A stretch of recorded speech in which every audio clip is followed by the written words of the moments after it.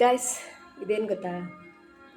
ಆ, ಭರಣಿ ನಾನು ಎಲ್ಲದಕ್ಕೂ ತೊಗೊಂಡಿದ್ದೆ. ಕಲ್ಲುಪ್ಪು ಪುಡಿ ಉಪ್ಪೆಲ್ಲ ಹಾಕ್ಕೊಳಕ್ಕೆ ಇದನ್ನು ತೊಗೊಂಡಿದ್ದೆ. ಹುಣಸೆಹಣ್ಣು ಸತ ಗಾಜು ಅಥವಾ ಈ ಥರ ಭರಣಿಲಿ ಹಾಕ್ಬೇಕಂತೆ. ಅದಕ್ಕೆ ಇವತ್ತು ತೊಗೊಂಬಂದೆ. ಇದು ಹುಣಸೆಹಣ್ಣು ಹಾಕೋಕ್ಕೆ.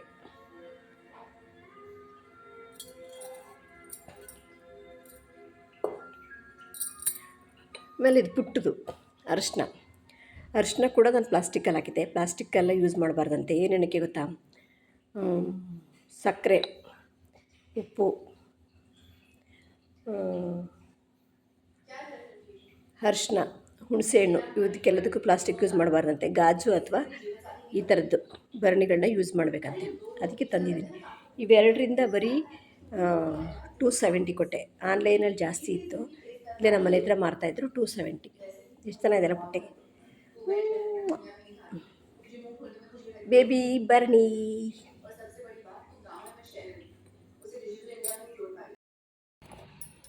ಹಾಯ್, ಹಲೋ, ನಮಸ್ಕಾರ. ನಾನು ನಿಮ್ಮ ಸ್ವರ್ಣ. ಈಗ ಏನು ಗೊತ್ತಾ ಗೈಸ್,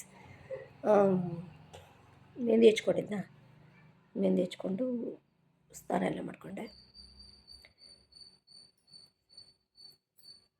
ಇವಾಗ ಹಿಂಗಿರುತ್ತೆ. ನಾಳೆ ನಾಡ್ದಿಗೆ ಎಲ್ಲ ಥರ ಕೆಂಪು ಕಾಣಿಸುತ್ತಾ? ಅದು ಕೆಂಪು ಕಾಣಿಸಿದ್ರೆ ಒಂಥರ ನಾನು ಹಂಗಾಗಿ ಹಚ್ತಿರಲಿಲ್ಲ. ನಿಶಾ ಹಚ್ತಾ ಇದ್ದೆ. ಈ ಸರಿ ಏನೇನೋ ಅದೇ ಮನೇಲೆ ಹೋಮ್ ರೆಮಿಡಿ ಮಾಡ್ಕೊಂಡಿದ್ದೀನಿ. ನೋಡ್ಬೇಕು ಎಷ್ಟು ದಿವಸ ಬರುತ್ತೆ ಅಂತ. ಏನು ಗೊತ್ತಾ ಗೈಸ್, ನನ್ನ ಕೇಳಿದ್ರೆ ಯಾರೂ ಇಲ್ಲ. ಎಲ್ಲ ನಮ್ಮಿಂದ ಏನಾದರೂ ಫಾಯ್ದೆ ಇದ್ದರೆ, ನಮ್ಮಿಂದ ಏನಾದರೂ ಯೂಸ್ ಇದ್ದರೆ ಅಷ್ಟೇ.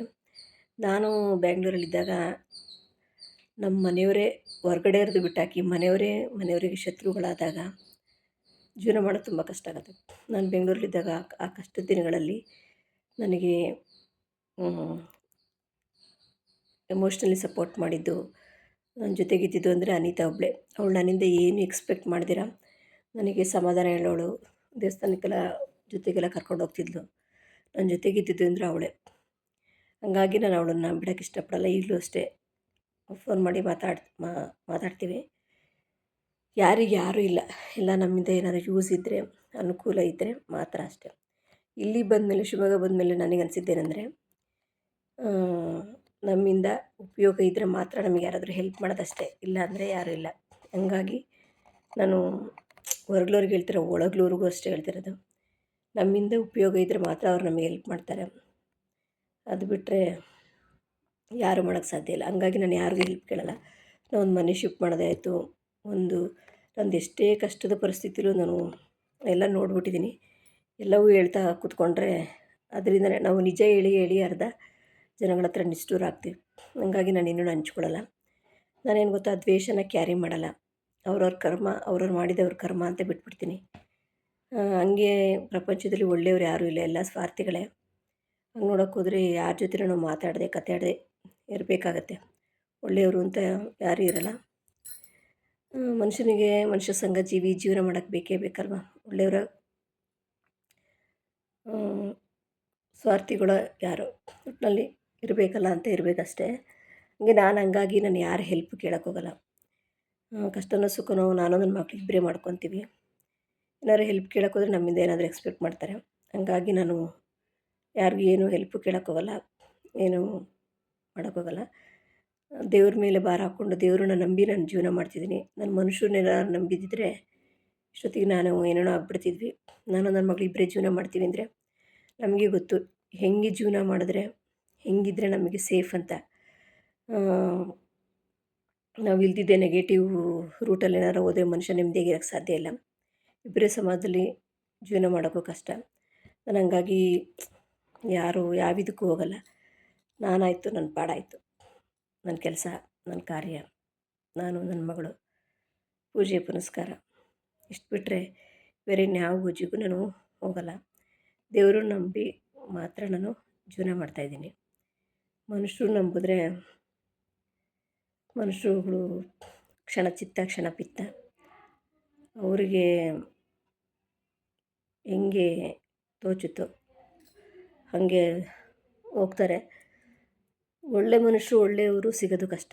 ಹಾಗಾಗಿ ನಾನು ಮನುಷ್ಯರಿಂದ ನಾನು ಬೇಸತ್ತು ಬಿಟ್ಟಿದ್ದೀನಿ. ಹಂಗಾಗಿ ನಾನು ಯಾರ್ದು ಏನೂ ಮಾಡೋಕ್ಕೆ ಹೋಗಲ್ಲ. ಏನು ಮಾಡಿದ್ರೆ ನಮ್ಗೆ ನೆಮ್ಮದಿ ಸಿಗುತ್ತೆ ಅಂತ ಒಂದು ಅರ್ಥ ಮಾಡ್ಕೊಂಬಿಟ್ಟಿದ್ದೀನಿ ಜೀವನನ. ಒಟ್ಟಲ್ಲಿ ಮನುಷ್ಯನಿಗೆ ಏನು ಬೇಕು? ಕಣ್ಣು ತುಂಬ ನಿದ್ದೆ, ಹೊಟ್ಟೆ ತುಂಬ ಊಟ, ಮೈ ತುಂಬ ಬಟ್ಟೆ. ಇವೆಲ್ಲ ಪಾಸಿಟಿವ್ ವೇಲಿದ್ದಾಗ ಇವಿಷ್ಟನ್ನು ನಾವು ಅನುಭವಿಸೋಕ್ಕೆ ಸಾಧ್ಯ. ನೆಗೆಟಿವ್ ದಾರಿಲಿ ಹೋದ್ವಿ ಅಂದರೆ ಇವು ಮೂರೂ ನಾವೇನು ಮಾಡೋಕ್ಕಾಗಲ್ಲ. ಕಣ್ಣು ತುಂಬ ನಿದ್ದೆನೂ ಬರೋಲ್ಲ, ಮನಸ್ಸಿಗೆ ನೆಮ್ಮದಿನೂ ಇರೋಲ್ಲ. ಹಾಗಾಗಿ ನಾವು ಪಾಸಿಟಿವ್ ಥಿಂಕಿಂಗು, ಪಾಸಿಟಿವ್ ವೇನಲ್ಲಿರಬೇಕು. ನಾನು ನಿಮಗೆ ಹೇಳೋದು ಇಷ್ಟೇ ಗೈಸ್.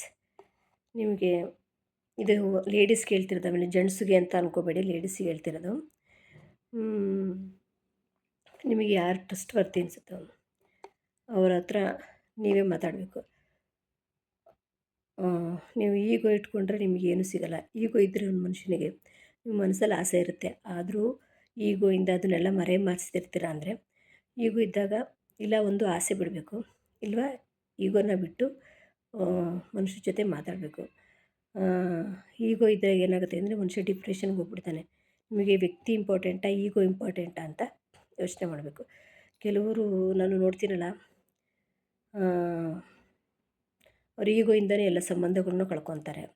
ಕೆಲವರಿಗೆ ಒಂದು ವ್ಯಕ್ತಿ ಪರಿಚಯ ಬೇಕು, ಫ್ರೆಂಡ್ಶಿಪ್ ಬೇಕು ಅಂತ ಮನಸ್ಸಲ್ಲೇ ಇರುತ್ತೆ, ಆದರೆ ಅವ್ರ ಈಗೋಯಿಂದ ಅವರು ಮಾತಾಡ್ಸೋಕ್ಕೆ ಹೋಗಲ್ಲ, ಅಥವಾ ಡ್ರಾಮಾ ಮಾಡ್ತಾರೋ, ಅಥವಾ ಒಂದು ವ್ಯಕ್ತಿ ಬೇಕೇ ಬೇಕು ಅಂದರೆ ಅವ್ರು ಮಾತಾಡ್ತಾರೆ.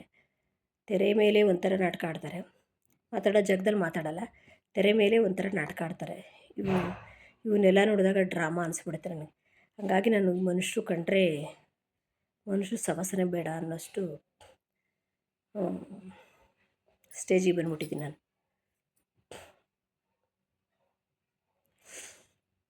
ನಾವೇನು ಗೊತ್ತಾ, ಮನುಷ್ಯರನ್ನ ನಂಬೋದೇ ಡೇಂಜರೇ.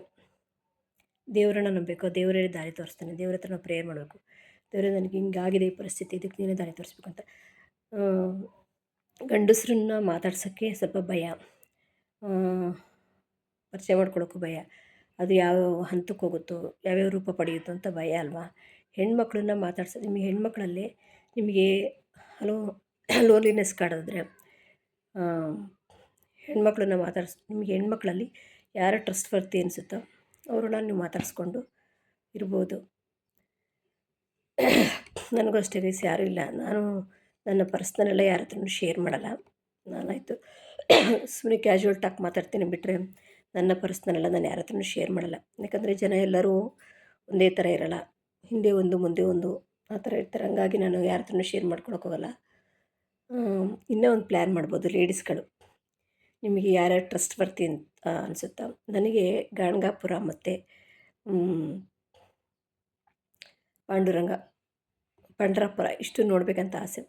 ಬರೀ ಲೇಡೀಸ್ಗಳೇ. ನಿಮಗೆ ಯಾರ್ಯಾರು ಟ್ರಸ್ಟ್ ವರ್ತಿ ಅನಿಸ್ತಾರೋ ಎಲ್ಲರೂ ಶೇರ್ ಮಾಡಿಕೊಂಡು ಬೇಕಾದ್ರೆ ಎಲ್ಲಾದರೂ ಟ್ರಿಪ್ನ ಪ್ಲ್ಯಾನ್ ಮಾಡ್ಬೋದು. ಬರೀ ಲೇಡೀಸ್ಗಳು. ಯಾರಾದರೂ ಇಂಟ್ರೆಸ್ಟೆಡ್ ಇದ್ದರೆ ನನ್ನ ನಂಬರ್ ನಿಮಗೆ ಗೊತ್ತಿರುತ್ತೆ, ಅವರು ಫೋನ್ ಮಾಡಿದ್ರೆ ಎಲ್ಲಾದರೂ ಒಂದು ಪ್ಲ್ಯಾನ್ ಮಾಡ್ಬೋದು. ಲೇಡೀಸ್ಗಳು, ಇದು ಲೇಡೀಸಿಗೆ ಮಾತ್ರ. ಇವತ್ತು ಲೈಫ್ ಒಂದೊಂದು ಸರಿ ಅನಿಸುತ್ತೆ ಲೈಫ್ ಇಸ್ ಶಾರ್ಟ್ ಅಂತ. ನಾವು ಟೈಮ್ನ ಕೊಟ್ಟಾಗ, ಟೈಮ್ನ ಸ್ಪೆಂಡ್ ಮಾಡಿದಾಗ ಆ ಮೆಮೊರೀಸ್ಗಳು ಮಾತ್ರ ಉಳ್ಕೊಳ್ಳುತ್ತೆ. ಕಾಲ ಹೋಗುತ್ತೆ, ಮೆಮೊರೀಸ್ ಮಾತ್ರ ಉಳ್ಕೊಳ್ಳುತ್ತೆ ಅಲ್ವಾ. ಈ ವಿಡಿಯೋ ಇಷ್ಟವಾದಲ್ಲಿ ಲೈಕ್ ಮಾಡಿ, ಶೇರ್ ಮಾಡಿ, ಸಬ್ಸ್ಕ್ರೈಬ್ ಮಾಡಿ.